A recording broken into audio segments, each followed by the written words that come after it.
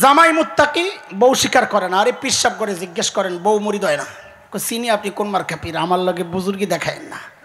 ছোটো মোটো পীর থাকলে জিজ্ঞেস করেন, আচ্ছা আমারই জিজ্ঞেস করেন, আমারটাও হয় নাই। তুমি কোন মার্কা পীর আমার জানাস?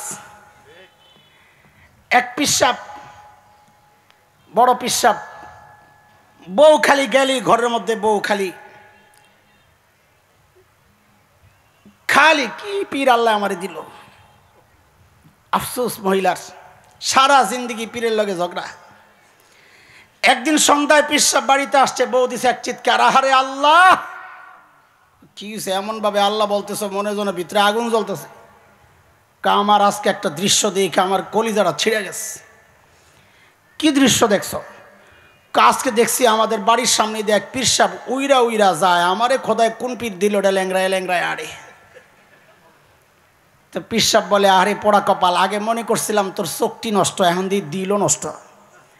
আগে মনে করছিলাম দিল নষ্ট, এখন দেখি চোখটিও নষ্ট। বলে কেন? বলে ওই যে উইরা উইরা যায় যে দেখছো, ভালো করে খেয়াল করো নাই, ওইটা যে আমি আসিলাম। ওই পীর কে আসিল? এখন বউ কি বলে, আরে তাই তো বলি, দেখলাম যে ডানা একটা ভাঙ্গা।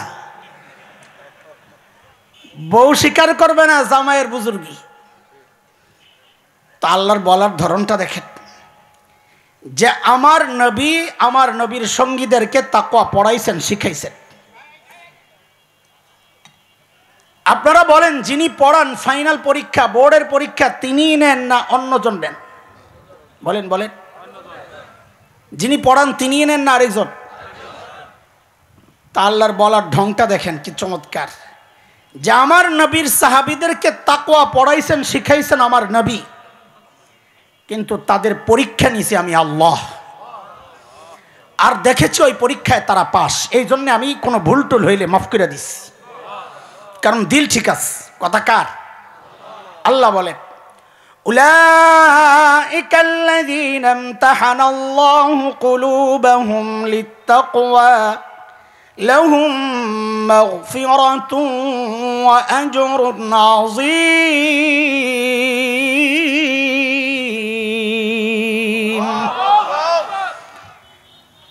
তো সাহাবীদের ব্যাপারে আহলুস সুন্নাহ ওয়াল জামাতের আকীদা হচ্ছে, সাহাবীরা মাগফুর, আল্লাহ কর্তৃক ক্ষমাপ্রাপ্ত। আল্লাহ সাহাবীদেরকে কি করে দিয়েছেন? যাদেরকে আল্লাহ মাফ করেছেন, এখন আমার দায়িত্ব হলো বসে বসে তাদের দোষ তালাশ করা, তাই না? আমার দায়িত্ব হলো তাদেরকে নিয়ে সমালোচনা করা, তাই না? আমার দায়িত্ব হলো তাদেরকে নিয়ে এমন লেখা লেখা যেন ওই লেখা পড়ে অটোমেটিক কেউ সাহাবী বিদ্বেষী হয়ে যায়, তাই না? তো শুনে রাখেন, এই মুবারক কাফেলাকে নিয়ে যারা কথা বলবে, তাদের লেখনী, সাহাবীদের বিরুদ্ধে যাদের লেখনী যায়, বক্তব্য যায়, আপনি চোখ বন্ধ করে সিদ্ধান্ত নিতে হবে, এই মানুষ আর যাই হোক হকপন্থী কেউ হইতে পারে না, সে গোমরাহর পথভ্রষ্ট। কথা ঠিক? কয় গ্রুপ গেল? পড়া মুখস্থ হইতেছে তো? শেষ গ্রুপ আমরা, নবী আর সাহাবী ছাড়া আমরা যারা আছি। আমাদের অবস্থা হচ্ছে, আমাদের ব্যক্তিগতভাবে হয়তো কেউ গুনাহমুক্ত আছেন, আছেন নিশ্চয়ই, নাইলে দুনিয়া আছে কেন? কিন্তু সামষ্টিকভাবে আমরা প্রায় না, আমরা সবাই গুনাহ করেছি, করছি, করে যাচ্ছি। আমাদের আলোচনাকে সাজানোর জন্যে আমরা আমাদের গুনাহগুলোকে আজকে 3টা ভাগে ভাগ করতে চাই। কয় ভাগ? বলেন কয় ভাগ? 1 নাম্বার, আমাদের বহু গুনাহ এমন আছে যেগুলোকে আল্লাহ তাআলা এমনি মাফ করে দেন। কে বলেছেন? আমি জিজ্ঞেস করব কে বলেছেন? আপনাদের তো দলিল দেওয়া লাগবে না, আপনারা খালি বলবেন আল্লাহ বলছেন, বাকিটা তো আমার কাজ, তো ডরান কেন? তো বলেন কে বলেছেন? আল্লাহ বলেন, ওয়ায়াফু আন কাসীর, বহুজনের বহু গুনাহ আমি এমনি মাফ করে দিই। আমাদের গুনাহগুলা কয় ভাগ? আমি কিন্তু আলোচনার বিষয়বস্তু এখনো ঠিক করি নাই, ভূমিকা চলতেছে, ভূমিকা। আমি বলে খালি ফাঁকি দেই আপনাকে, এই জন্য আজকে বইছি শক্তমত। এইবার দেখুন আমার ওঠা না আমি উঠি, আজকে দেখা যাবে। বেয়াই কই আসেনি? না আছে, বহুত ব্যস্ত। আমার আজকে না ওঠান পর্যন্ত আমি চালামো কি? 10টা আর 12টা চলো। এর আগের বার বলে আমি ফাঁকি দিয়ে গেছি গা, এই সারা বছর আমারে জ্বালাইছে। আমি বলে ফাঁকি দিয়ে গেছি গা, আমি জানি না মাহফিল, আমারও কাছে খাওয়ার দাওয়াত, রেজাল্টটা কোন জায়গায় লাগছে দেখেন, বিয়ায় আমার বাড়িতে একদিন খাবেন, ঠিক আছে খাবো। পরে মাহফিলের দিন শুনি বয়ান কখন, আমি কিসের বয়ান, আজকে আমি কি আজকে বয়ান, আমার বয়ান হলো নবাবগঞ্জ। আমি জানি খাওয়ার দাওয়াত খাই আমি যাবো গা বয়ানে। এখন তো হ্যাঁ গো মাথা খারাপ, আমারও মাথা খারাপ। তো বুঝছি আসলে আমাদের খাওয়ার দাওয়াত এটা আমার গো কপালে নাই। করে দাওয়াত খাওয়ানোর জন্যে দেয় না, দেয় কিছু কথার লেগে লগে খাওয়াইয়া দেয় আর কি। এইবার বুঝে শুনিয়ে আসছি। তো আমাদের বহু গুনাহ আছে যেগুলো আল্লাহ এমনি মাফ করে দেন। আমাদের গুনার দ্বিতীয় প্রকার হচ্ছে যেগুলো আল্লাহ তাআলা আমাদের নেক আমলের দ্বারা মিটাইয়া দেন। কার কথা? আল্লাহ বলেন, ইন্নাল হাসানাত ইউযহিবনাস সাইয়্যাত। বহু গুনাহ আল্লাহ নেক আমলের দ্বারা মিটাইয়া দেন। যেমন আপনাদেরকে একটা হাদিস শোনাই আমি। নবী আলাইহিস সালাতু ওয়াস সালাম বলেন, কেউ দুরূদ শরীফ পড়ল না, ইয়া নবী সালামু আলাইকা বলে টান না মারলে আপনাকে তাল আসে না। না এলাকায় নাই মাশাআল্লাহ, তো এমনি পড়লেন তো না, বলেন সাল্লাল্লাহু আলাইহি ওয়াসাল্লাম। নবী আলাইহিস সালাতু ওয়াস সালাম বলেন, মান হাজ্জা লিল্লাহ ফালাম ইয়ারফাস ওয়ালাম ইয়াফসুক রাজাআ কায়াউমিন ওয়ালাদাতহু উম্মুহ। আল্লাহর নবী বলেন, কেউ যদি আল্লাহর জন্য হজ করে, কার জন্য? আরো জোরে বলেন, আরো জোরে বলেন। এই হজ কার জন্য করে? হজ কার জন্য করে? তো হজ তো করে আল্লাহর জন্য। তাইলে নবী এটা বলার দরকার কি, কেউ যদি আল্লাহর জন্য হজ করেন? তো বোঝা গেল ঝামেলা আছে। কিছু লোক পাওয়া যাবে যারা আল্লাহর জন্য হজ করে না। বলে তারা কারা? বলে তারা আপনার সমাজে অভাব নাই। বলে দুই চারজন দেখান তো। তো দেখেন, হজের আগেও দাড়ি কাটতো, হজের পরেও দাড়ি কাটে। হজের আগেও ঘুষ খাইতো, হজের পরেও ঘুষ খায়। হজের আগেও সুদ খাইতো, হজের পরেও সুদ খায়। হজের আগেও দুর্নীতি করতো, হজের পরেও দুর্নীতি করে। হজের আগেও সন্ত্রাস করতো, হজের পরেও সন্ত্রাস করে। আছে না নাই? হজের দ্বারা পার্থক্য কি হয়েছে? চরিত্রের পার্থক্য হয় নাই, নামের পার্থক্য হয়েছে। হজের আগে আসিল সুদখোর, হজের পরে আলহাজ সুদখোর। কথা ঠিক? হজের আগে আসিল ঘুষখোর, হজের পরে আলহাজ ঘুষখোর। হজের আগে আসিল সন্ত্রাসী, হজের পরে হাজি সেলিম। একবারে উদাহরণ সহ মাইরা দিলাম আর কি। হজের দ্বারা চরিত্র চেঞ্জ হয় নাই, নাম চেঞ্জ হয়েছে।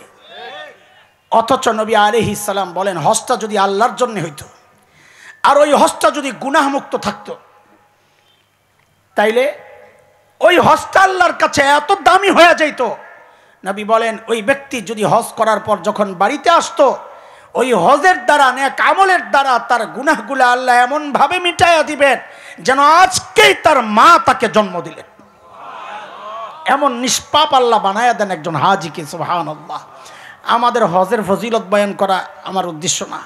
আমি যেটা বুঝাইতে চাইছি, নেক আমলের দ্বারা গুনাহ মিটে কি মিটে না? বলেন না, মিটে কি মিটে না? মিটে। তাইলে আমাদের গুনাহগুলো কয় রকম বললাম?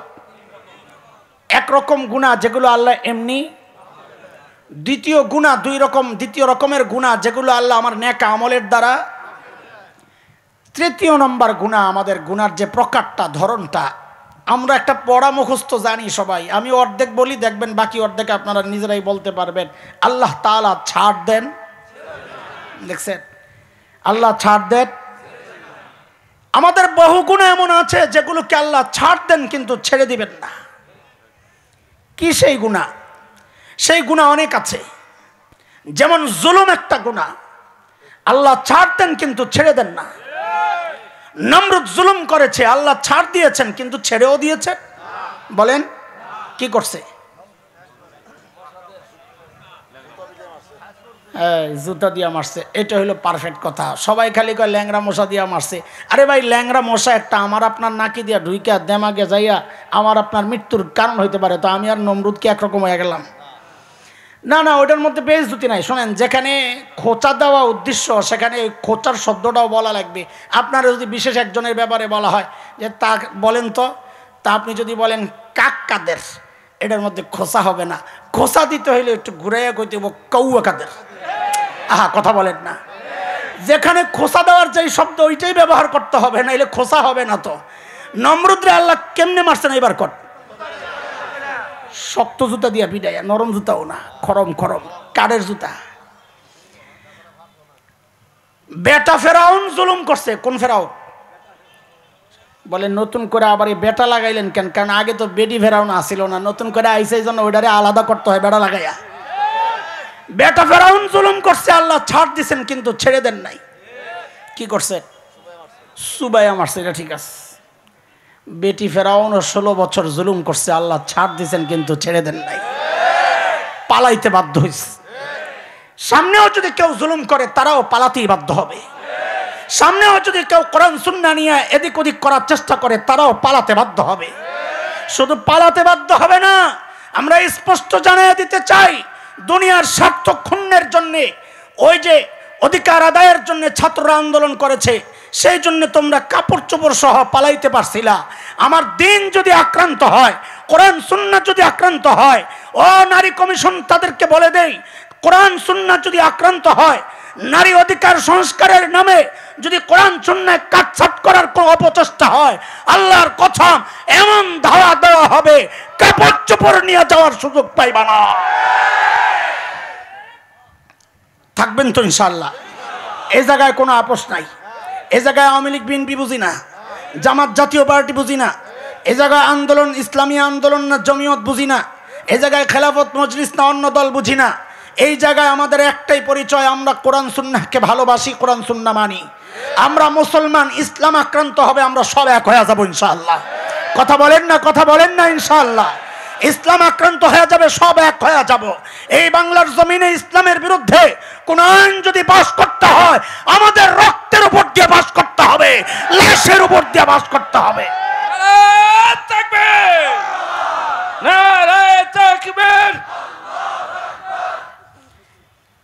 ঠিক আছে, ঠিক আছে, ঠিক আছে।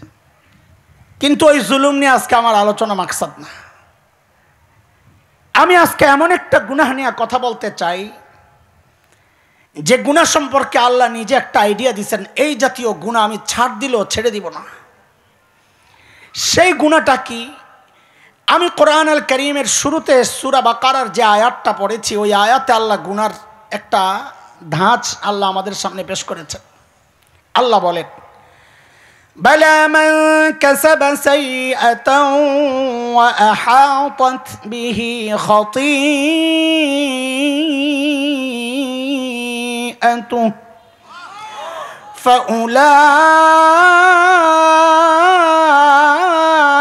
ফাউলাইকা আসহাবুন নার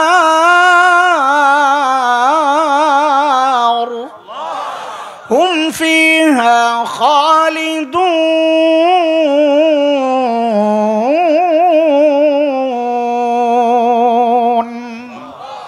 আল্লাহ বলেন আহাতাত বিহি খাতিআতু। আমি আয়াতের তরজমা করছি না, শুধু গুনার ধরনটা আপনাদেরকে শোনাচ্ছি। আল্লাহ বলেন আহাতাত বিহি খাতিআতু, যে গুনাহ বান্দাকে ঘিরে নেয়। খেয়াল করেন, যে গুনাহ বান্দাকে ঘিরে নেয়, মুফাসসিররা ব্যাখ্যায় বলেন মানে কি? মানে হচ্ছে যে গুনায় বান্দা ফেঁসে যায়, ছাড়তে পারে না, নিয়মিত করে। যে গুনায় বান্দা ফেঁসে যায়, ছাড়তে পারে না, নিয়মিত করে। কি সেই গুনাহ? অদস্ত খেয়াল করেন, কি সেই গুনাহ? আরে সেটা আপনার একটা হইতে পারে, আমার আরেকটা হইতে পারে। কেউ আছে মিথ্যা নিয়মিত বলে, ছাড়তে পারে না। কেউ আছে সুদ খায়, নিয়মিত খায়, ছাড়তে পারে না। কেউ আছে বেপরদায় চলে, নিয়মিত চলে, ছাড়তে পারে না। কিন্তু আমরা এই সমাজ নিয়ে ভাবি, এই সমাজের অসঙ্গতিগুলো শুধরানোর চেষ্টা করি, নিজেও বেঁচে থাকতে চেষ্টা করি।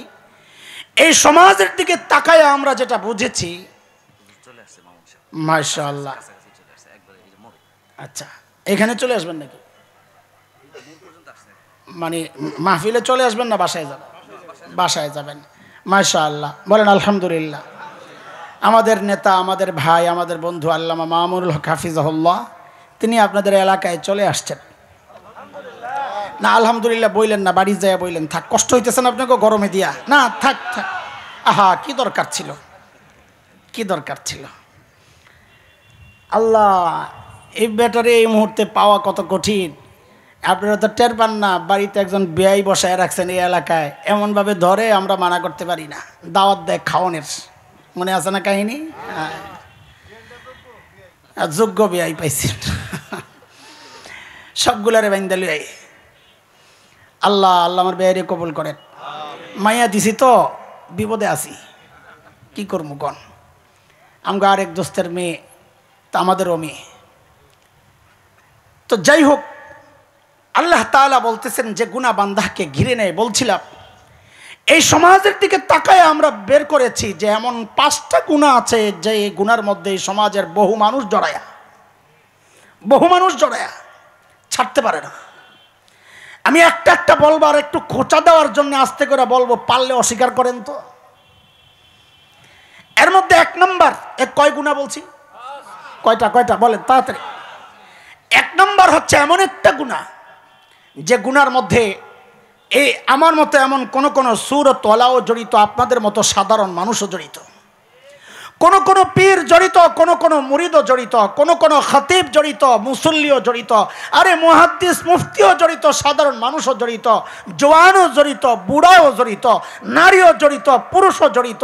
সমাজের বিশাল শ্রেণী যেই গুনার মধ্যে জড়িত, সেই গুনাহটার নাম হচ্ছে গীবতের গুনাহ। পারলে অস্বীকার করেন। 2 জন বসলেই বাস কাম সারছে, তৃতীয় আরেকজনের বদনাম শুরু হয়ে যায়। কথা কি ঠিক? কয়টা গুনাহ বলবো? 1 নম্বর গুনাহ বলেন। 1 নম্বর গুনাহ গীবতের গুনাহ। হ্যাঁ, তাকায়েন না, ওটা হলো হুন্ডার বহরটা যেটা আনছিল ওনাদেরকে, ওটা পাস করতেছে, গাড়ি চলে গেছে ভিতরে, খামাখা ওই পিছনের দিকে তাকায় ধোকা খায়েন না। সুবহানাল্লাহ। ব্যবসার তো ভালো লাগে না। কিরে তোরা রেডি হইতেছিস কি জন্যে? তোরা হুন্ডার আওয়াজ দিস না, মানুষ খালি পিছনের দিকে তাকায়, আমার বয়ান নষ্ট হয়। আল্লাহ, ঠিক আছে, একটু তাকবীর দেন, লিল্লাহি তাকবীর। এত আস্তে তাকবীর দিয়া জিহাদ করা যাবে না। লিল্লাহি তাকবীর, আল্লাহু আকবার। আল্লামা মামুনুল হক সাহেবের আগমন, শুভেচ্ছা স্বাগতম। আল্লামা খালিদ সাইফুল্লাহ আইয়ুবীর আগমন, শুভেচ্ছা স্বাগতম। মাশাআল্লাহ, আল্লাহ কবুল করেন, আমিন। 1 নম্বর গুনাহটার নাম বলেছি, বলে। 2 নম্বর যে গুনার মধ্যে আগের যাদের কথা বলেছি, হুজুর, সাধারণ মানুষ, মুফতি, মুরিদ, মুহাদ্দিস, সব, এর সাথে সাথে ছোট্ট ছোট্ট বাচ্চা যাদের গুনাহ করার বয়স হয় নাই, এমন একটা গুনাহ সমাজে ছড়ায় আছে, ওই বাচ্চারাও জড়ায় গেছে সেই গুনায়। সেই গুনাহটার নাম হচ্ছে টাচ মোবাইলের গুনাহ। পারলে অস্বীকার করেন। আমরা এই গুনাহ থেকে বের হতে পারছি না। কয়টা গেল বলেন, তাড়াতাড়ি বলেন। কয়টা? মোট কয় গুনাহ? 3 আর 4। এই সমাজের অধিকাংশ পুরুষ এই 2টা গুনাহে জড়িত। 1 নম্বর হচ্ছে এই সমাজের অধিকাংশ পুরুষ দাড়ি কাটার গুনাহে জড়িত। আপনি এই মজলিস দেখলে বুঝবেন না তো। আপনি হাটে যান, ঘাটে যান, বাজারে যান, কলেজ ইউনিভার্সিটিতে যান, দেখেন যায়া অধিকাংশ মানুষ দাড়ি কাটার গুনাহে জড়িত। কয়টা গেল? 4 নাম্বার, এই সমাজের অধিকাংশ পুরুষ টাকনুর নিচে কাপড় পরার গুনাহে জড়িত। পারলে অস্বীকার করেন। যা দেখেন, রাস্তায় দাঁড়ায় দেখেন, কয় গুনাহ গেল? 5 নাম্বারটা বললে অনেকে নিতে পারবেন না, বিশেষ করে আমার মা বোনরা তো আমার উপর খেপেই যাবে। কে খেপলো, কে খুশি হইলো, ওই চিন্তা করে তো দিনের কথা বলা যাবে না। দিনের কথা বলতে হবে শুধু কাকে খুশি করার জন্য। আরো চিৎকার করে বলেন, কাকে?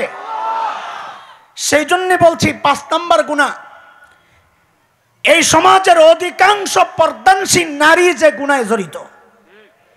যারা বেপর্দায় চলে তাদের হিসাব বাদ, পর্দায় চলে অধিকাংশ পর্দানশীল নারী যে গুনাহে জড়িত, বোরকা পরেও গুনাহে জড়িত। বলে মানে কি? বলে বুঝেন, কোরআনুল কারীমের সূরাতুন নূর 30-31 নম্বর আয়াতে আল্লাহ পর্দা সম্পর্কে বলেছেন। 30 নম্বর আয়াতে আল্লাহ পুরুষের পর্দা সম্পর্কে বলেছেন। 31 নম্বর আয়াতে নারীদের পর্দা সম্পর্কে বলতে গিয়ে আল্লাহ বলেন, ওয়ালা ইউবদিনা জিনাতাহুন্না, মেয়েরা যেন তাদের সৌন্দর্য প্রকাশ না করে। মুহাক্কিক আলেমরা বলেন পর্দার মূল পয়েন্টই যেন এটা, সৌন্দর্য গোপন করা। কিন্তু কাজী কেউ যদি ছালার চটকাই দিয়ে নিজের সৌন্দর্য গোপন করে তো ইসলাম বলবে সে শরিয়া অনুযায়ী পর্দা করেছে।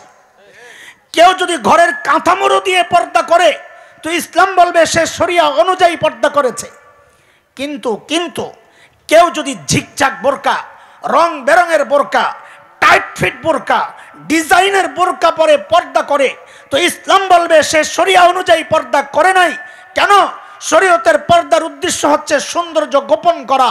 দুঃখজনক হলেও সত্য, আজকালকার অধিকাংশ বোরকা দিয়া সৌন্দর্য গোপন হয় না, বরং সৌন্দর্য ওপেন হয়, প্রকাশ পায়। কথা ঠিক কিনা বলেন? রাগ করবেন, রাগ করেন না। ঢিলে ঢালা বোরকা পরাত আলেমদের স্ত্রীরা, দাওয়াত তাবলীগের পুরাতন সাথীদের বিবিরা, সন্তানরা কি বোরকা পরে দেখেন, ওগুলো দেখে পড়ে ইনশাআল্লাহ ঠকবেন না, দুনিয়াও ঠকবেন না, আখিরাতেও ঠকবেন না ইনশাআল্লাহ। কয়টা গুনার কথা বললাম তাড়াতাড়ি বলেন। এই গুনাহগুলোর মূল বিষয় বলাও আমার আসল উদ্দেশ্য না। উদ্দেশ্য হচ্ছে একটা দুঃখের কথা বলা। সেটা কি জানেন? এই যে 5টা গুনার কথা বললাম, বলেন তো আমাকে আবার মুখস্থ শোনান। 1 নাম্বার, 2 টাচ মোবাইল, মোবাইল না বলেন টাচ মোবাইল, 3 দাড়ি কাটার গুনাহ, 4 টাকনুর নিচে কাপড়, 5 ফ্যাশনের বোরকা। এই যে গুনাহগুলোর কথা বললাম না, এক চরম বাস্তব কথা হচ্ছে এই গুনাহগুলোতে আমরা যারা জড়িত আছি অধিকাংশই এই গুনাহগুলোরে গুনাই মনে করে না।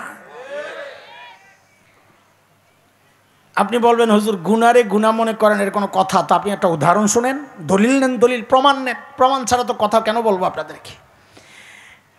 আপনাদের পাশের জেলা টাঙ্গাইল, টাঙ্গাইলের এক এমপি ছিল একটু নাট বল্টু ঢিলা, আব্দুল লতিফ। না, শ্রোতারা বড় স্মার্ট মাশাআল্লাহ। ওই আল্লাহর বান্দা কিছুদিন আগে দেখছি এক মাহফিলে গেছে। নেতারা তো মাহফিল দেখলে আর হুঁশ থাকে না, একটু বয়ান করতে পারলে ওনারা মনে করে যে কিছু একটা হয়েছি। পাবলিক উঠা যায় না তাকে বয়ানের সময়, বয়ান ছাড়ে না। আমি কি রে, শরম লাগে না? পরে বুঝছি না শরম লাগে না। কেন লাগে না? অচিন্তা করে আমি ডাকলে মানুষ যা ওড়ার উড়ুক, আমি ডাকলে তো এগুলাও পাই না, তো আমার লস নাই, যা থাকে আলহামদুলিল্লাহ।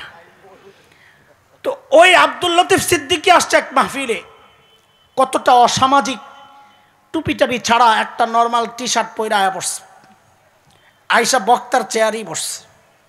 গুনারে যে গুনাহ মনে করে না তার প্রমাণ দিতেছি। বক্তার চেয়ারে বসে সে ওয়াজ করতেছে। কি বয়ান দিছে জানেন? আপনারা হুজুররা যে বলেন না, দোয়া করেন না, আমি কিন্তু আমিন বলি না। কি বলে না? আমি ভাবলাম কি হুজুরের চেহারা পছন্দ হয় না নাকি আমার দোস্ত মাওলানা আইয়ুবী সাহেবের চেহারা তো সুন্দর, তা আমিন কেন বলে না? তাই নিজেই বিবরণ দিচ্ছে, বর্ণনা দিচ্ছে কেন আমিন বলে না। এর জবাব শুই নাই তো আমি লাফায় উঠছি খুশিতে।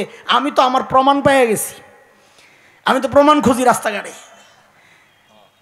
সে বলে কি আমি কেন আমিন বলি না? আপনারা বাচ্চাদেরকে শেখান গুনাহ করলে আল্লাহর কাছে মাফ চাইতে। আমার জিন্দিগিতে আমি কোনো পাপ করি নাই। আমি কে দেখছো কারবার দাড়ি কাটা বেড়ায় বলে জিন্দিগিতে কোনো পাপ করে নাই।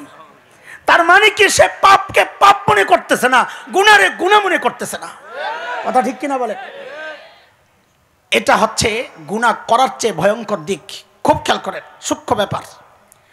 গুনাহ করা নিশ্চয় একটা অপরাধ, কিন্তু মনে রাখবেন গুনাহকে গুনাহ মনে না করা এটা গুনার চেয়ে আরো বড় অপরাধ। কেন আমি জানি না, আমি কেন শেষ করতে পারবো কিনা, তবে বলতে থাকি কি বলেন?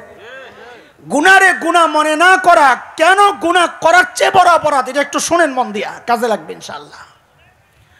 শয়তানকে আল্লাহ যখন বিতাড়িত করছিলেন, বাইরেও তুই, তখন শয়তান আল্লাহর কাছ থেকে কিছু আরজি কইরা মঞ্জুর করাইছিল, জানেন তো?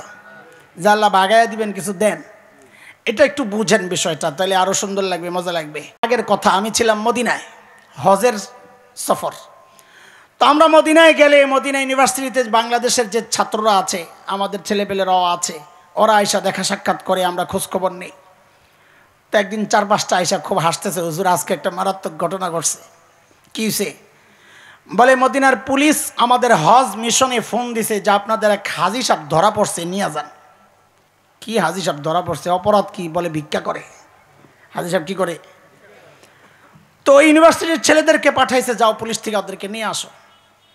বলে হুজুর যায়া দেখি 2 হাত কাটা এক ভদ্রলোক বসে রয়েছে, তার চেহারার মধ্যে সে যে একটা অপরাধ করছে এই অপরাধ বোধ অনুশোচনা কিচ্ছু নাই, অনুতপ্ত না, সে বসে রয়েছে।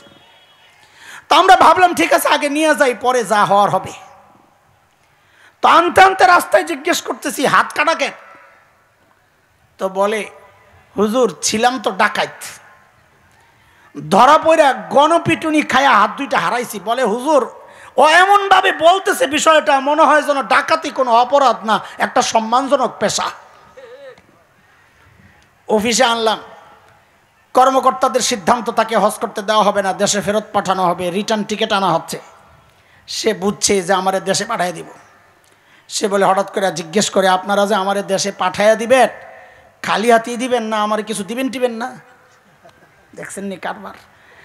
আমি এই গল্প শুনার সাথে সাথে ইবলিসের কথা মনে পড়ছে। ঠিক ইবলিসের কাহিনীটা এমনই ছিল। আল্লাহ যখন বলেছে তুই বাইর হ, তো ইবলিস কয় আল্লাহ আমারে যে বাইর করে দিবেন, কিছু দিবেন টিবেন না? তা আল্লাহ বলেন কি লাগবে তোর? তো ইবলিস 3 জিনিস চাইছে, বলেন তাড়াতাড়ি বলেন। কয় জিনিস? 1 নাম্বার রব্বি আনজিরনি ইলা ইয়াউমি ইউবাসুন, আল্লাহ আমি পুনরুত্থান দিবস পর্যন্ত লম্বা হায়াত চাই। আল্লাহ বলেন ইন্নাকা মিনাল মুনজারিন, যা তুই কি করবি কর, যায়া দিলাম তোরে হায়াত, যা। এবার ইবলিস কয় আল্লাহ আরেকটা চাওয়াস। বলে কি সেটা? বলে আদমকে তো সন্তান দিবেন, আমি যে দুনিয়ায় যায় বলবো আয় খেলা হবে, তা আমার কর্মী লাগবে না? আপনারা মনে করতেছেন হুজুর বানায় বানায় কইতেছেন, শয়তান এটা কইছে। শব্দ এটা বলে নাই, বিষয়টা বলেছে। আপনি বিশ্বাস না করলে কোরআন খোলেন, সূরা আরাফ 16 নম্বর আয়াত পড়েন। শয়তান বলেছে ক্বালা ফাবিমা আগওয়াইতানি লাকুদান্না লাহুম সিরাতাকাল মুস্তাকিম, যাদের কারণে আমারে তাড়াইছে না, আমি কিন্তু এগরে আইতে দেব না, এগরে রাস্তা আটকায় দেব, খেলা হবে। তো আল্লাহ বলে যা তোরেও সন্তান দিব, তোরও সন্তান হবে, যা। শয়তানকে আল্লাহ শেষ একটা বলে কি, এই যা দিবেন বাহিনী, আমি এই তো বাহিরে দিয়ে চক্রান্ত করব, একটু ভিতরে ঢুইকা চক্রান্ত করতে চাই। বলে কি চাস? বলে আপনার বান্দার রগে রগে ঘোরার অধিকার আমারে দেন। তো আল্লাহ বলেন যা, ওইটাও দিলাম। তো নবী আলাইহিস সালাম বলেন ইন্না শাইতান ইয়াজরি মিনাল ইনসান মাজরাদ দাম, শয়তান মানুষের রক্তের রেশায় রেশায় দৌড়ায়। কয় সুযোগ পাইছে? শয়তান মহা খুশি। শয়তান খুশি হলে কি হবে? আমাদের বাবা আদম আলাইহিস সালাম তো বসে বসে কান্না করতেছেন, হায় আমার সন্তানের কি হবে। বাবার চিন্তা, আল্লাহ আমার সন্তানের কি হবে, আমাকেও কিছু সুযোগ সুবিধা দেন। তা আল্লাহ বলেন জান আপনি টেনশন করেন না, আপনার সন্তানকে আমি ফেরেশতা দিয়া ব্রেকেট দিয়া নিরাপত্তা দিয়া দিব, যেন শয়তান কাছে যাইতে না পারে। সূরা রাদে আসছে লাহু মুআক্কিবাতুন মিন বাইনি ইয়াদাইহি ওয়া মিন খালফিহি ইয়াহফাযুনাহু মিন আমরিল্লাহ।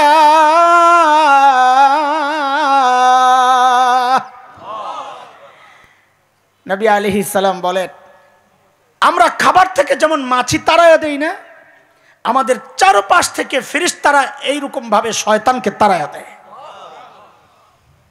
আমাদের বাবা এই সুযোগটা পায়া তো খুশি হওয়ার কথা, তাই না? কিন্তু বাবা বসে বসে কান্না করে। তো কি এখন কেন কান্না করেন? বলে আল্লাহ আপনি ফেরেশতা দিয়ে নিরাপত্তা দিবেন, এর চেয়ে নিরাপদ জায়গা জান্নাতে তো আমি নিজেই ছিলাম, তাও তো ধরা খাইছি। অত কাছে যায় ধোকা দেয় না, অত দূর থেকে রিমোট কন্ট্রোল দিয়ে খালি চ্যানেল পাল্টায় শয়তান, অসচা দেয় আর কি। তো কি চান? আরেকটা সুযোগ দেন। তা আল্লাহ বলে শোনেন, আপনি বাবা, আমি খালেক, আমি বানাইছি আমার বান্দা আপনার সন্তান, আপনার চেয়ে আমার বান্দার জন্য মায়া ভালোবাসা 100 কোটি গুণ বেশি। আমি আমার বান্দার জন্য একটা স্পেশাল অফার তো রেখেই দিছি, আপনি টেনশন করেন কেন? তো বাবা জানতে চাইছে, বাবা আল্লাহ ওই অফারটা কি একটু জানাইয়া দিলে একটু মনটা শান্তি হয়। তা আল্লাহ জানাইয়া দিয়েছেন, যান যান, চিন্তা করেন না। আমার বান্দা গুনাহ করতে করতে করতে করতে জীবনটা পার করে ফেলবে, শেষ সময় আইসাও যদি খালি একবার বলে, ও আল্লাহ আমি ভুল করছি, আমারে মাফ করে দাও, আমি তার জিন্দেগির সব গুনাহ খাতা মাফ করে দাও। আমার বাবা তো এবার মহা খুশি, সব মাফ করে দিলে আমার কোনো টেনশন নাই, খুশি জায়গা। আমার বাবা না খুশি, কিন্তু পাশের থেকে শয়তান তো তার মাথা উলে গেছে। হ্যাঁ কি বললেন, সব মাফ করে দিবেন? তো সব মাফ করে দিলে ঘোড়ার ডিমের ওই 3 সুযোগ দিয়ে আমি কি করব? আসলে তো মাথা নষ্ট হওয়ার কথা। সারাদিন আমি মেহনত করে করে আপনার বান্দারে গুমরা করব, পথভ্রষ্ট করব, দিন শেষে আপনি মাফ করে দিবেন। তা আমার এই সুযোগ কি জন্য দিছেন? শুনেন, আমি শয়তান ও বাটপার কম না। কে বলতেছে? জোরে কর না। আমি শয়তান ও বাটপার কম না। কি করবি? আপনি খেয়াল করেন, আমাদের আলোচনা চলছিল কি, গুনাহ করার চেয়ে গুনাহকে গুনাহ মনে না করা এটা আরো মারাত্মক অপরাধ, মনে আছে তো? কেন? ওই কেনর জবাব খুঁজতে খুঁজতে এই যে আসছি জবাব। শয়তান তখন দাঁড়ায় আল্লাহকে একটা চ্যালেঞ্জ করেছিল, আল্লাহ তওবা করলে মাফ করে দিবেন? দিয়েন আপনি। শুনে রাখেন, আমিও আপনার বান্দাকে দিয়া এমন গুনাহ করাবো যেন সে তওবা না করে। তওবা করলে না মাফ করবেন? তা আমি এমন গুনাহ করাবো যেন তওবাই না করে। মুহাক্কিক আলেমরা পেরেশান হয়ে গেছেন। আরে ওই গুনাহ কোনটা? যে গুনাহ মানুষ করে কিন্তু তওবা করে না। খুঁজতে খুঁজতে খুঁজতে খুঁজতে পাইছে, হারে এটা তো খুব সাধারণ গুনাহ আমরা মনে করি, আসলে তো এটা ভয়ঙ্কর গুনাহ। ওই গুনাহ কোনটা? যে মানুষ গুনাহ করে তওবা করে না। ওই গুনাহ হচ্ছে ওই গুনাহ যে গুনাহ মানুষ করে কিন্তু গুনারে গুনাহ মনে করে না। গুনারে গুনাহ মনে করে না, এই ক্যাটাগরির 1 নম্বর গুনার নাম হচ্ছে বেদাত। বেদাত ওই ভয়ঙ্কর গুনাহ যে গুনাহ মানুষ করে কিন্তু গুনারে গুনাই মনে করে না। আরে গুনাহ মনে করলে তো বেদাত হইতো না, বেদাত তো হয় সওয়াবের আশায় করলে, তো সে তওবা কেন করবে? এই জন্য দোস্ত, গুনাহ কিছু যদি হয়েও যায়, আমি গুনাহ মনে করব। দাড়ি কাটতেছেন গুনাহ মনে করেই কাটেন, পর্দা করেন না গুনাহ মনে করেই করেন না, টাকনোর নিচে কাপড় পরেন গুনাহ মনে করেন। কেন? কোনো একদিন অনুশোচনা জাগলে তওবার সুযোগটা থাকে, রাস্তা খোলা থাকে। গুনারে গুনাহ মনে না করলে তো তওবার সুযোগ পাইবেন না। আমি কি কথা বুঝাইতে পারতেছি আপনাদের? এখন আপনাদেরকে জিজ্ঞেস করে সেই গুনাহ ছাড়া দরকার কিনা? আমি তো ছাড়তে চাই ইনশাআল্লাহ। আল্লাহ তুমি তৌফিক দাও, আল্লাহ তুমি সহজ করে দাও, হাত নামান তাড়াতাড়ি। কিন্তু আমার একটা প্রবলেম আছে, আমার একটা প্রবলেম আছে। সেই প্রবলেম হচ্ছে, এটা আমি আমারটাই বলতেছি, আমি আগেই বলেছি ওয়াজ আমি আমারই করতেছি। আমার প্রবলেম হচ্ছে গুনাহ ছাড়তে চাই, ছাড়তে পারি না। কেমনে কেমনে জানি এদিক ওদিক হয়ে যায়। এই সমস্যা তো মানিকগঞ্জে নাই, কি বলে না বলে? আছে নাকি? গান বাজনা তো হয় না এলাকায়? এলাকায় গান বাজনা হয়, বেশি হয়।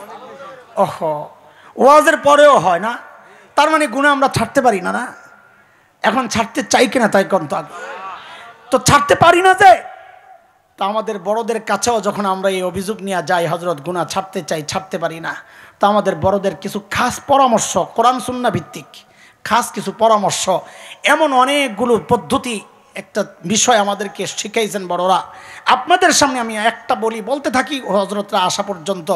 একটা আপাতত শোনেন, একটা চিন্তা যদি দিল আর দিমাগের মধ্যে বসাইতে পারেন, আমি কসম করব না, তবে দায়িত্ব নিয়ে বলছি, তখন আপনার জন্য গুনাহ ছাড়া না দেখবেন, তখন আপনার জন্য গুনাহ করাটা কঠিন হয়ে যাবে ইনশাআল্লাহ। শুনবো তো ইনশাআল্লাহ? আমি একটু দ্রুত জবাব চাই আপনাদের কাছে। আমরা যদি গুনাহ করতে আগাই অথবা গুনাহ করি, দুনিয়ার কেউ না দেখলেও আমাদেরকে একজন দেখেন, তিনি কে?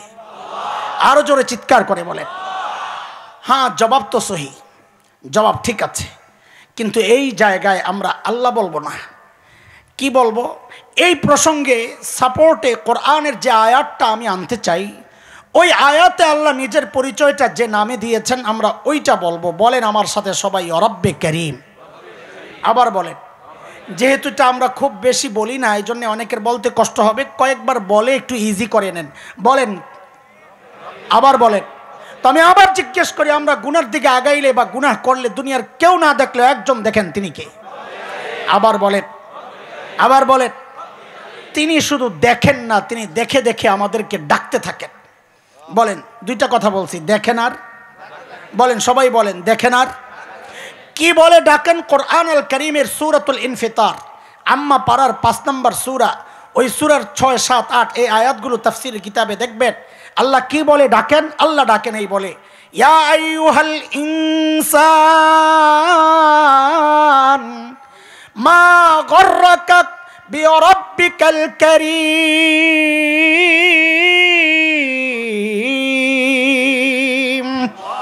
ও মানুষ, ওই করিম রবের ব্যাপারে তোমারে কে ধোকায় ফেললো? আরে কার কাছ থেকে কি পেয়ে তুমি তোমার করিম রব ভুলে গেলা? দেখেন, আমি জানি এই যে আমি আয়াতটা পড়লাম, আয়াতের অর্থ বললাম, আল্লাহর ডাকটা বললাম আপনাদেরকে, আল্লাহ কি বলে ডাকেন, আমি বুঝতেছি ডাক্তার ওজনটা আপনাদের এখনো বোধগম্য হয় নাই, হৃদয়ে এখনো বসে নাই ডাক্তার ওজনটা। কেন? শব্দের অর্থগুলো ওই রকম আমাদের জানা নাই। এই জন্য 2টা শব্দের অর্থ আমি বলি তো দেখবেন ডাক্তার ওজনটা বুঝে আসবে। শব্দ 2টা, ওই যে কি বলেছি আমাদেরকে কে দেখেন, জোরে কন। তো 2টা শব্দ, একটা হচ্ছে করিম, আরেকটা হচ্ছে, বলেন আবার বলেন, একটা হচ্ছে আরেকটা হচ্ছে।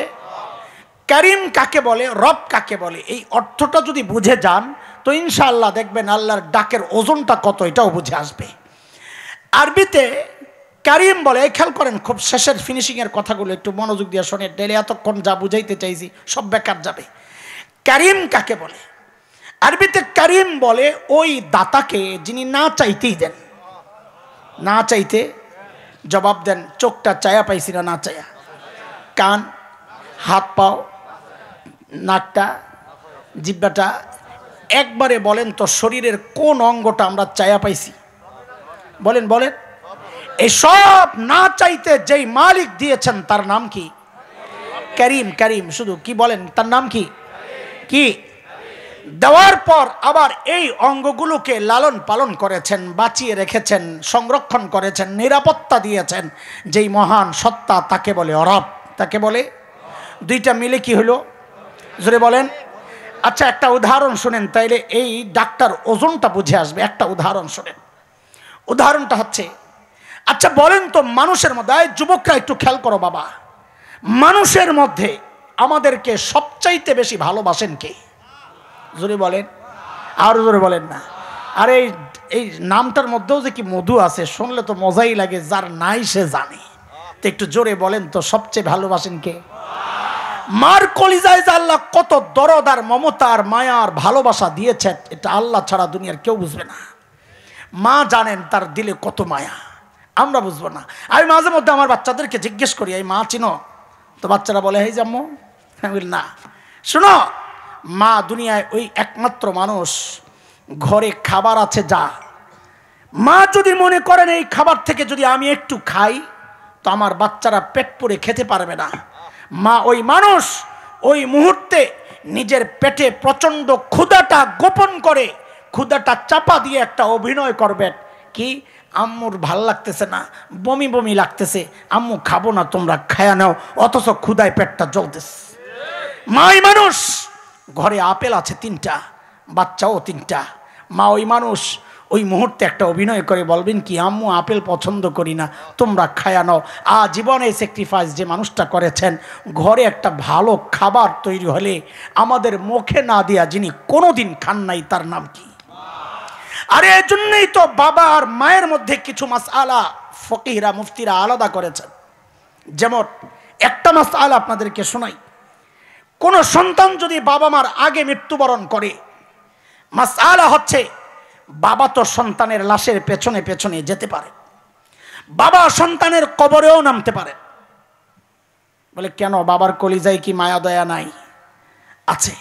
বাবাও চিৎকার করে করে কান্না করবেন, কিন্তু বাবাকে আল্লাহ ওই শক্তি মনোবল দিয়েছেন, বাবা সন্তানকে দাফন করে উপরে ওঠার মতো ক্ষমতা রাখেন।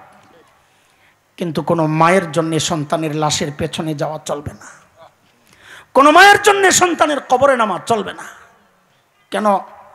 কারণ দুনিয়ায় এমন কোনো মা নাই যে সন্তানকে দাফন করার জন্য কবরে নেমে সন্তানকে শোয়াইয়া ওই মা সুস্থ অবস্থায় আবার উপরে উঠবেন, এমন কোনো মা জগতে নাই।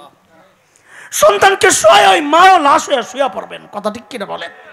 আমি একটু জিজ্ঞেস করি আপনাদেরকে, জবাব দিয়ে, এই যে মার কলিজায় এত দরদ, এত মায়ার মমতার ভালোবাসা, কারণটা কি? মা আমার 2 চোখের 1 চোখ বানাইছেন সেই জন্যে। কথা বলেন। মা আমার একটা হাত বানাইছেন সেই জন্যে। মা আমার একটা পা বানাইছেন সেই জন্যে। ও যুবক, কথা বলো না, মা আমার কি বানাইছেন একবারে বলে ফেলেন, জলদি বলেন। আরে কি বানাইছেন সেটা বলেন, আর জোরে কথা বলেন। মা আমার শরীরের কি বানাইছেন, কথা বলেন, বলেন বলেন, কি বানাইছেন? কিচ্ছু বানান নাই, কিচ্ছু বানান নাই। আরে কথা বলেন, কিচ্ছু বানান নাই। অল্প কয়েকদিন ভাড়াটিয়ার মতো পেটে ধারণ করেছেন, হওয়ার পর লালন করেছেন, কিচ্ছু বানান নাই। তাতেই মার কলিজায় এত দরদ, এত মায়া, এত মমতার ভালোবাসা। মা কিচ্ছু বানান নাই, তাও এত মায়া। আহ আহ তাইলে যে আল্লাহ আমার চোখ বানাইছেন, ওই আল্লাহর কত মায়া। যে আল্লাহ আমার কান বানাইছেন, ওই আল্লাহর কত মায়া। যে আল্লাহ আমার হাত পাও বানাইছেন, ওই আল্লাহর কত মায়া। যে আল্লাহ আমাকে এত এত নিয়ামত দিয়া বাঁচায় রাখছেন, ওই আল্লাহর কত মায়া। বলে কত মায়া, তুমি কি বুঝো না? আরে দেখো না, আমি আর তুমি যখন দরজা জানলা বন্ধ করে গুনাহ করি, ভিতরে গুনাহ চলছে, আমার মালিক কত মায়া। ওই গুনাহ অবস্থায় দরজার নিচে দিয়ে বাতাস আর অক্সিজেন পাঠাইয়া দিচ্ছেন, কেন? আমি যেন মইরা না যাই। আমি আপনি যখন গুনাহ করি না, মালিক তখন ওই মায়ার কথাগুলো মনে করিয়ে দিয়ে দিয়ে ডাকতে থাকেন। কি বলে? ইয়া আইয়ুহাল ইনসান মা গররাকা বিরাব্বিকাল কারীম। এরে মানুষ, যে চোখ দিয়া তুই সিনেমা দেখছস, ওই চোখ কিন্তু তোর নায়ক নায়িকা দেয় নাই, আমি কারীম দিছি, না চাইতে দিছি। যে কান দিয়া তুই গান শুনতেছস, ওই কান কিন্তু তোর গায়ক গায়িকা দেয় নাই, আমি কারীম দিছি, না চাইতে দিছি।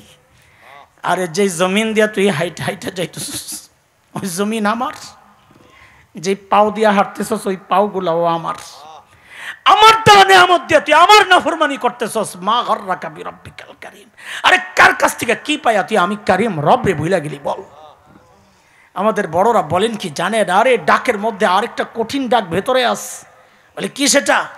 আল্লাহ যেন বলছেন, এরে বান্দা, তোর ছোট্ট বাচ্চাটা তাকায়া থাকলে তুই গুনাহ করস না, তোর লজ্জা লাগে? তোর মা বাবা তাকায়া থাকলে তুই গুনাহ করস না, তোর লজ্জা লাগে? তোর মুরব্বী তাকায়া থাকলে তুই গুনাহ করস না, তোর লজ্জা লাগে? আর আমি কারীম রব তাকায়া তাকায়া তোরে ডাকতেছি, তাও তুই গুনাহ ছাড়স না। কি রে বান্দা, আরে কি হয়ে গেল তোর? আমার দাম বুঝি তোর কাছে ওই বাচ্চাটার চেয়েও কমে গেল না? আমার দাম বুঝি তোর কাছে তোর মা বাবার চেয়েও কমে গেল না? আমার দাম বুঝি তোর কাছে আমার মাখলুকের চেয়ে কমে গেল না? আমার মাখলুক তাকায়া থাকলে তুই গুনাহ করস না, আর আমি তাকায়া তাকায়া ডাকতেছি, তাও তুই গুনাহ ছাড়স না। মা গররাকা বিরাব্বিকাল কারীম। আরে কার কাছ থেকে কি পায়া তুই আমারই ভুলে গেলি বল বান্দা? এরে দোস্ত, হতাশা তৈরির জন্য কথাগুলো বলছি না, বলছি যেন উদাস না হন। হতাশ হওয়ার কোনো কারণ নাই। কেন? আমাদের শেষ ভরসার একটা জায়গা আছে, সেটা হচ্ছে আমার রব নিজের নাম রেখেছেন গফফার। কি নাম রাখছেন? এজন্য চিল্লা এখন কি নাম রাখছেন? গফফার চিনেন? আরে চিনেন গফফার? তো চিৎকার করে বলেন আল্লাহু আকবার। না না, আরো জোরে চিৎকার করে বলেন আল্লাহু আকবার।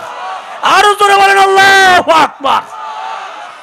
এরে দোস্ত, দুনিয়ার সবাই অপরাধীকে খুঁজে শাস্তি দেওয়ার জন্যে, এমনকি সন্তান অপরাধ করলেও মা বাবা খোঁজেন শাস্তি দেওয়ার জন্যে। গফফার ওই মালিকের নাম, যিনি অপরাধীরে খুঁজেন মাফ করার জন্যে। প্রতি রাতে, শেষ রাতে মালিক দুনিয়ার আকাশে নেমে নেমে এসে ডাকতে থাকেন, আলা মিন মুস্তাগফিরিন ফাগফির লাহ। ও আমার কোন বান্দা, কে গুনাহ করছো, আও আও, আসো না আসো না, আমার কাছে মাফ চাও, আমি তোমারে মাফ করে দিব। আমাদের মতো হতাশ বান্দা যদি জানতে চায়, ওগো আমার মালিক আপনি মাফ করবেন কত, তো গফফারের পক্ষ থেকে জবাব চলে আসে, রে বান্দা তুই গুনাহ করছস যত।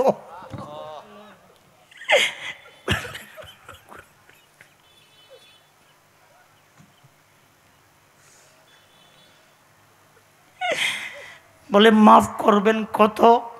বলে তুই গুনাহ করছস যত। বলে তাও একটু কত বলেন না। তা হাদিসে কুদসি আল্লাহ বলেছেন, নবী আলাইহিস সালাম তার ভাষা দিয়ে আমাদেরকে জানাইছেন, তার শব্দ দিয়ে আমাদেরকে জানাইছেন। আল্লাহ বলে, আমার বান্দার গুনার পরিমাণ যদি সারা দুনিয়া ভরে যায়, ভরতে ভরতে যায়া যদি ওই আসমানের সাথে যায়া লাগে। ও দুনিয়ার মানুষ, আসমান কত দূর জানেননি? বিজ্ঞানীরা নক্ষত্র আবিষ্কার করেছে লক্ষ লক্ষ কোটি মাইল দূরে।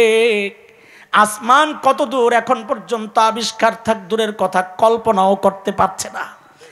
আল্লাহ তাআলা বলেন, আমার বান্দার গুনার পরিমাণ যদি সারা দুনিয়া ভরে যায়, সারা দুনিয়া ভরে যদি যায় ওই আসমানের সাথে যায় লাগে, তা আল্লাহ বলেন আমার লা উবালি, হাদিসের শব্দ এটা, লা উবালি, আমার কোনো পরোয়া নাই। আমার বান্দা ওই সব গুনাহগুলা নিয়ে যদি আমার কাছে আইসা বলে, ওগো আল্লাহ, ও আমার মালিক, আমি ভুল করছি, আমারে মাফ করে দেন। আল্লাহ বলেন আমার কোনো পরোয়া নাই, আমি আমার বান্দার সব গুনাহ মাফ করে দিব। আরো চিৎকার করে বলেন না আল্লাহু আকবার। এমন মালিক থাকতে কেউ গুনাহ নিয়ে যদি ঘুমাইতে যায়, তার মতো পোড়া কপাল দুনিয়ায় কেউ নাই। কথা বলেন। আমি মাঝে মধ্যে নিজের ধিক্কার দিয়ে বলি, আরে জালিম, তোর কাছে তোর কলবের চেয়ে তোর তোর জুতার মূল্য তোর কাছে বেশি। আমি আমারে বলতেছি, আপনাদেরকে না। কেন আমার জুতার মূল্য আমার কলবের চেয়ে বেশি বলি? কারণ জুতার মধ্যে ময়লা লাগলে ধোয়ার জন্য অস্থির হয়ে যায়। একটু উপরে বালি থাকলে বাচ্চাদেরকে বলি, আব্বু বাইরে যাব, জুতাটা একটু মুছা দাও। হ্যাঁ, অথচ দিলটা গুনাহ করতে করতে ময়লা হয়ে আছে, ওইটারে ধোয়ার কোনো চিন্তা আমার মাথায় নাই। তার মানে কি আমার কাছে আমার কলবের চেয়ে আমার জুতার মূল্য বেশি। ও মুসলমান, মুখে একটু ময়লা লাগলে ধোয়ার জন্য অস্থির হয়ে যায়, অথচ কলবটা যুগ যুগ ধরে ময়লা হচ্ছে, এটাকে পরিষ্কার করার কোনো মাথা ব্যথা আমাদের কারো নাই। অথচ জুতা ধোয়ার চেয়ে আমার কলব ধোয়া ছিল আরো ইজি, সহজ। আমার চেহারা ধোয়ার চেয়ে আমার কলব ধোয়া ছিল আরো সহজ। আমার কাপড় ধোয়ার চেয়ে আমার দিলটা ধোয়া ছিল আরো সহজ। কারণ ওইটা ধুইতে পানি ভিজাইতে হয়, সাবান লাগাইতে হয়, ডলতে হয়, ঘষতে হয়, এগুলারে উপর থেকে আচার মারতে হয়, শুকাইতে হয়, আয়রন করতে হয়, আবার আগের মতো করতে হইলে কত মেহনত কসরত করতে হয়। অথচ দিলটা ধোয়ার জন্য এত কিছু লাগে না, বরং সারা জিন্দেগির গুনাহগুলো একসাথে কইরা আল্লাহর কাছে একবারে যদি কেউ তওবা করে, তো নবী আলাইহিস সালাম বলেন, আত-তাইবু মিনাজ যামবি কামান লা যামবালা, একজন প্রকৃত তওবাকারী আল্লাহর কাছে এমন পবিত্র হয়ে যায় যেন সে জিন্দেগিতে কোনো গুনাহই করে নাই। এমন সুযোগ যারা গ্রহণ করে না, বলেন আপনারা তাদের মতো পোড়া কপাল আর কে আছে? আল্লাহ আমাদেরকে হেফাজত করেন।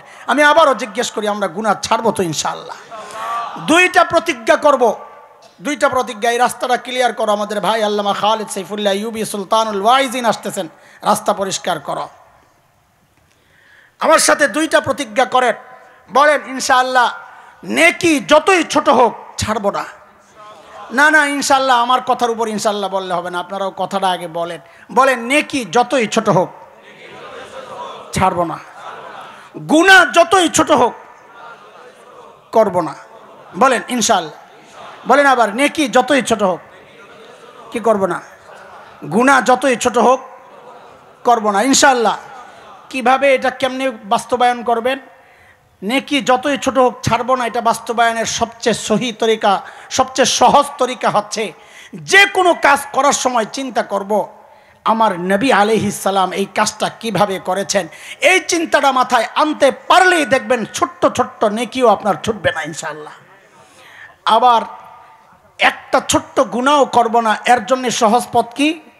যদি যে কোনো কাজ করার সময়, যে কোনো কথা বলার সময় যদি একবার চিন্তা করেন যে আমার আখিরাত বরবাদ হচ্ছে না, তো এই আখিরাত বরবাদ হচ্ছে না, এই চিন্তাটা মাথায় আনতে পারলেই দেখবেন ছোট্ট ছোট্ট গুনাহও আপনার ছুটে গেছে ইনশাআল্লাহ তাআলা।